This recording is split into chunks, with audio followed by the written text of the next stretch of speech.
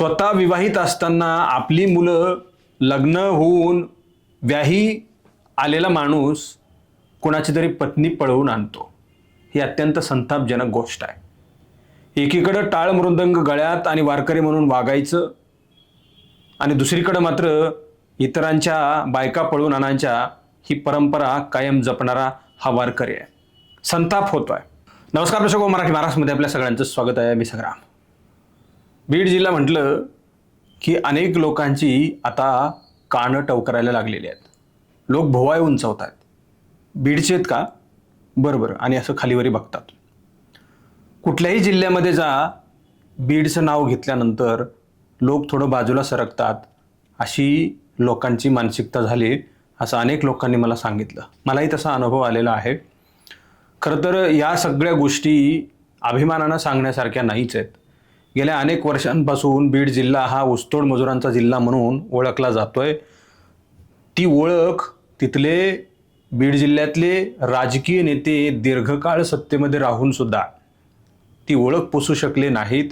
ही मोठी खंत आज बीडकरांच्या, सुज्ञ बीडकरांच्या मनामध्ये आहे. इथले राजकीय नेते एकमेकांची उणीधुनी काढत बसतात.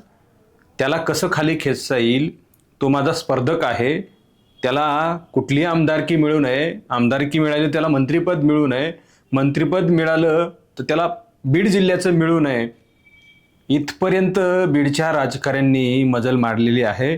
आणि त्यामुळे बीडचं फार मोठं नुकसान झालं आहे. बीडमधल्या नवीन होतकरू युवकांना हाताला काम नाही आहे, उद्योगधंदे नाही आहेत. आता तर उद्योगधंदे येण्याची पार पूर्णपणे आशा संपलेली आहे. इतका कलंकित बीड जिल्हा झाला आहे, इतका गुन्हेगारी क्षेत्रामध्ये नावलौकिक झाला आहे की कुठलाच उद्योजक त्या ठिकाणी येऊन एखादी कंपनी, फॅक्टरी उभारणार नाही. आणि म्हणून बीड जिल्हा जो मागासलेला आहे तो अजून मागे 10 वर्ष 25 वर्ष गेला आहे असं म्हणायला हरकत नाही. याला जबाबदार कोण आहे हा प्रश्न वारंवार उच्चारला जातो आणि त्याची उत्तरं मिळत नाहीत. माझ्या माहितीनुसार याला जबाबदार इथले राजकारणी आहेत असं म्हणणं अजिबात चुकीचं नाही. तुम्हाला काय वाटतं तुम्ही कॉमेंट बॉक्समध्ये मत नोंदवा. मात्र बीड जिल्हा कधी सुधारेल हा प्रश्नच आहे, त्याचं उत्तर मिळत नाही. बीड जिल्ह्याला वारकरी संप्रदायाचा मोठा वारसा आहे, मोठी ओळख वारकरी संप्रदायाची आहे.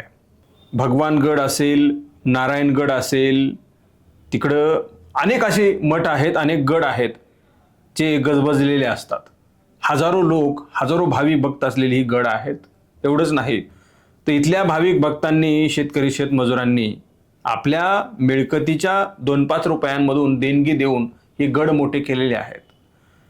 लाखो करोडो रुपयांची देणगी या गडांना जमते. काही गडांकडून वारकरी संप्रदायाच्या माध्यमातून विद्यार्थी घडवण्यासाठी काही सांस्कृतिक कार्यक्रम किंवा काही शैक्षणिक संकुलं उभा करण्याचं काम केलेलं आहे. ही अभिनंदनीय गोष्ट आहे. वारकरी संप्रदायामध्ये एक स्वयंघोषित वारकरी बीडमध्ये आहे. हा वारकरी आहे की नेमका कोण आहे असा प्रश्न आता मला पडला आहे. माझ्यासह अनेक लोकांना पडलेला आहे. स्वतः विवाहित असताना आपली मुलं लग्न होऊन व्याही आलेला माणूस कोणाची तरी पत्नी पळवून आणतो, ही अत्यंत संतापजनक गोष्ट आहे.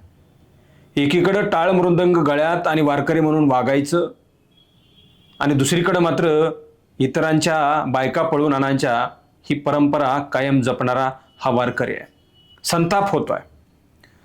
एक महिला या वारकऱ्याकडे मदत मागण्यासाठी आली आणि तिला आपल्या जाळ्यामध्ये अडकवून तिला स्वतःची पत्नी बनवून या व्यक्तीनं आता घरात ठेवलंय. सदरील महिलेचं लग्न झालेलं आहे, ती विवाहित आहे आणि तिच्या पतीची आणि त्या महिलेची फारकत झालेली नसताना या व्यक्तीनं तिच्यासोबत शरीर संबंध ठेवून तिला आता याच्या वतीनं गर्भधारणा झाली आणि ती मुलगीसुद्धा झालेली आहे अशी माहिती आहे. एका बीड जिल्ह्यातल्या, बीड शहरातल्या एका रुग्णालयामध्ये सदरील महिला प्रसूत झाली. मात्र त्या होणाऱ्या मुलीला नाव कोणाचं द्यायचं हा प्रश्न होता आणि हा महाशय त्या ठिकाणी खुर्ची टाकून बसलेला होता. सदरील मुलगी झाली, त्या मुलीची नोंद बीड नगर परिषदेकडे अद्यापही झालेली नाही. ती का झालेली नाही हा प्रश्न आहे. हे प्रकरण कोर्टात आहे. त्या महिलेच्या पहिल्या पतीनं तिच्याकडं फारकत मागण्यासाठी कोर्टामध्ये घेतलेला आहे. सुनावण्यावर सुनावण्या तारका झालेल्या आहेत. कोर्टाला ही सगळी माहिती देऊन झालेलं आहे. येणाऱ्या काळामध्ये नेमकं काय निर्णय होतो हे आता पाहावं लागणार आहे. एका बाजूला फार मोठा नामांकित वारकरी म्हणून वागायचं, मी फार मोठा व्यक्ती आहे, मी फार धार्मिक आहे, मी फार प्रांजळ प्रामाणिक आहे असं सांगायचं, आणि दुसरीकडे मात्र लोकांच्या बायका पळवून त्यांचे संसार उद्ध्वस्त करायचे. समोरचा माणूस अत्यंत गरीब आहे आणि त्याला याची भीती आहे की हा माणूस माझं बरं वाईट करेल. तो एवढी हिंमत दाखवून न्यायालयात तरी गेलाय, ही त्यासाठी फार मोठी गोष्ट आहे. न्यायालयात जाऊन आपल्या बायकोसोबत फारकत घेण्यासाठी तरी देईल गेलाय.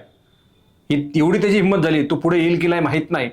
मात्र अशा प्रकारच्या वारकऱ्यांना समाजाने का थारा द्यावा असा प्रश्न मी मराठी महाराष्ट्राच्या माध्यमातून विचारतो. अत्यंत धक्कादायक आणि संतापजनक ही गोष्ट आहे. येणाऱ्या काळामध्ये या सगळ्या गोष्टीचा भांडाफोड होईलच. मात्र अशा प्रकारचे वारकरी हे जर छुप्या पद्धतीनं लोकांचे संसार उद्ध्वस्त करणार असतील तर वारकरी संप्रदायांना कशी काय जागा देईल हा सवाल उपस्थित केला जातोय. पुढच्या तारखेला नेमकं काय होतं हे मी तुम्हाला सांगेलच. मात्र सदरील व्यक्तीच्या संपर्कात मी आहे, त्यांच्याशी बोलेल. माझं काही त्यांना प्रेशर नसेल. तुम्ही या, बोला, पुढे या, काही बाईट द्या, इंटरव्ह्यू द्या, असं माझं काही म्हणणं नाही आहे. सदरील व्यक्ती अत्यंत गरीब आहे, सोज्वळ आहे, प्रामाणिक आहे आणि तो खूप घाबरलाय. मला एका व्यक्तीच्या मदतीनं त्यांनी हा संपर्क साधण्याचा प्रयत्न केला आणि तुम्ही याला वाचा फोडा, तुम्ही बोलू शकता, तुम्हीच हे सगळं करू शकतात असं त्यांनी मला आवाहन विनंती केल्यानंतर हा रिपोर्ट या ठिकाणी सांगतोय. फार संवेदनशील हे प्रकरण आहे. मात्र कोणाचाही संसार उद्ध्वस्त होता कामा नये यासाठीचे प्रयत्न नेहमी मी करत आलेलो आहे. म्हणूनच ह्या सगळ्या गोष्टी मांडत आहे. येणाऱ्या काळामध्ये नेमकं काय होतं हे तुम्हाला नक्की मी सांगेल. या रिपोर्टमध्ये इथेच थांबतोय. खूप खूप धन्यवाद.